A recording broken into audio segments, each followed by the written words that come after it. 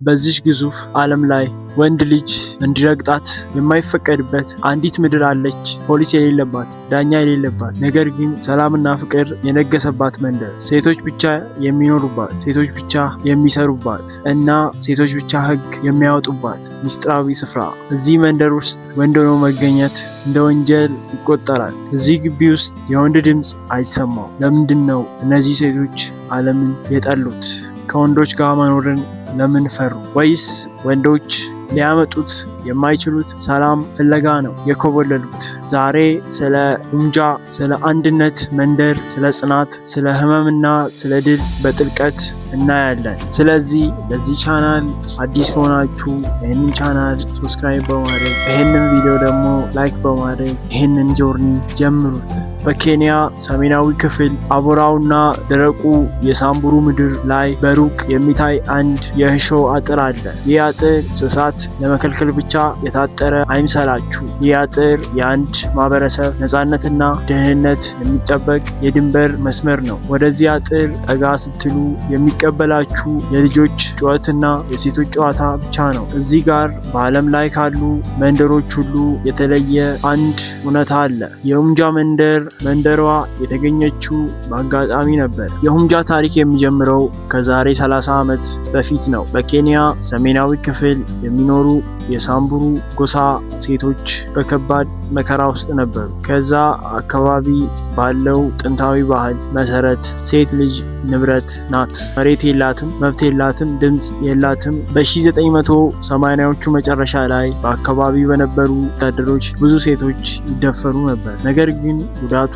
በዚህ አላበቃም። ሲደፈሩ ቤተሰቦቻቸውና ባሎቻቸው ከጎናቸው አልቆሙ። ይልቁንም አዋርዳችሁናል በሚል ከቤታቸው አባረሯቸው። ተስፋ የቆረጡ፣ የሚበሉት ያጡ፣ ልጆቻቸው የታቀፉ 15 ሴቶች በበረሃው መካከል ቆሙ። ወደ ኋላ ቢመለሱ ሞት ነው። ወደፊት ቢሄዱ የሚቀበላቸው የለም። በዛ ቅስፈት ነበረ ሪቤካ ሎሎሲሊያ የተባለች አንዲት ደፋር ሴት የተነሳችው። ወንዶች ካልጠበቁን እኛ ራሳችንን እንጠብቃለን፣ ካላከበሩን እኛ እርስ በራሳችን እንከባበራለን አለች። ሁምጃ የተመሰረተችው ከለቅሶ ከውርደትና ከስቃይ ነው። በሁምጃ ውስጥ የዕለት ተዕለት ህይወት የሚጀምረው ፀሐይ ሳትወጣ ነው። ሴቶች በማለዳ ተነስተው የጋራ ስራቸውን ይጀምራሉ። አንዷ ውሃ ስትቀዳ ሌላዋ ለማገዶ የሚሆን እንጨት ትሰበስባለች። እዚህ ጋር የወንድ ስራ ወይም የሴት ስራ ተብሎ የሚከፋፈል ነገር የለም። ቤት የሚገነቡት እነሱ ናቸው። እንስሳትን የሚጠብቁት እነሱ ናቸው። ንግዱን የሚመሩት እነሱ ናቸው።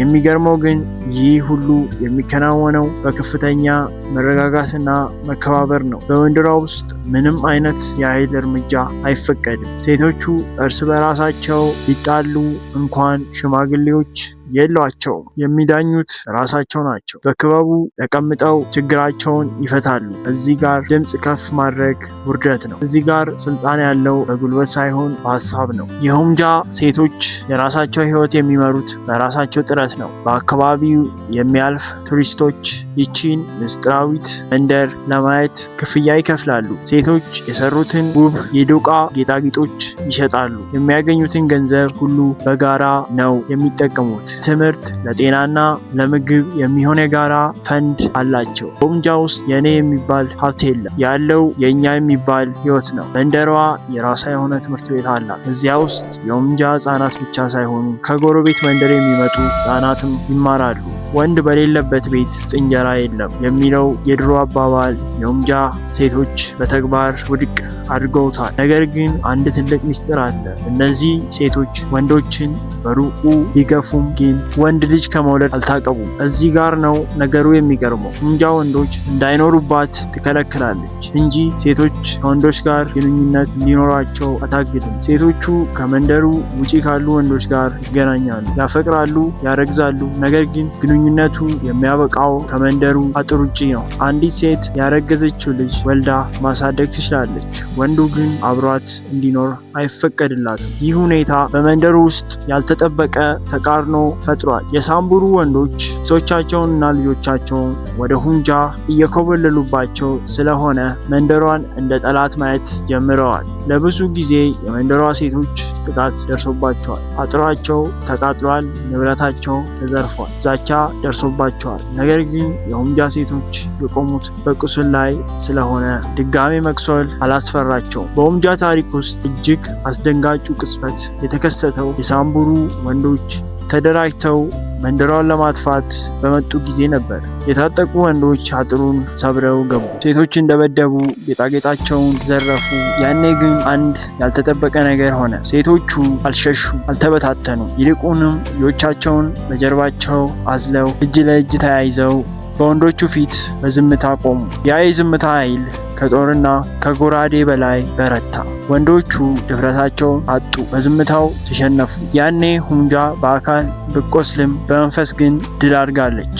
ከዚያን ቀን በኋላ መንደሯ ማንም ሊነካት አልደፈረም። ታዲያ ከሁምጃ ታሪክ ምን እንማራለን? ሁምጃ ማለት ሴትና ወንድ ይጋጩ ማለት አይደለም። ሁምጃ ማለት የሰው ልጅ በቃኝ ሲል ተራራም መናድ እንደሚቻል ማሳያ ናት።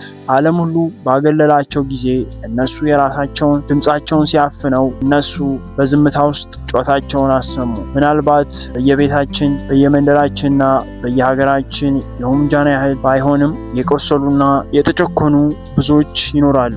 የሁምጃ መንደር ለዓለም የምታስተላልፈው መልእክት አንድ ብቻ ነው። ክብር የሌለበት ቦታ ሰላም የለም። ሰላም በሌለበት ቦታ ደግሞ ሕይወት ትርጉም የላትም። ዛሬ ሁምጃ እንደ ብርሃን ትበራለች።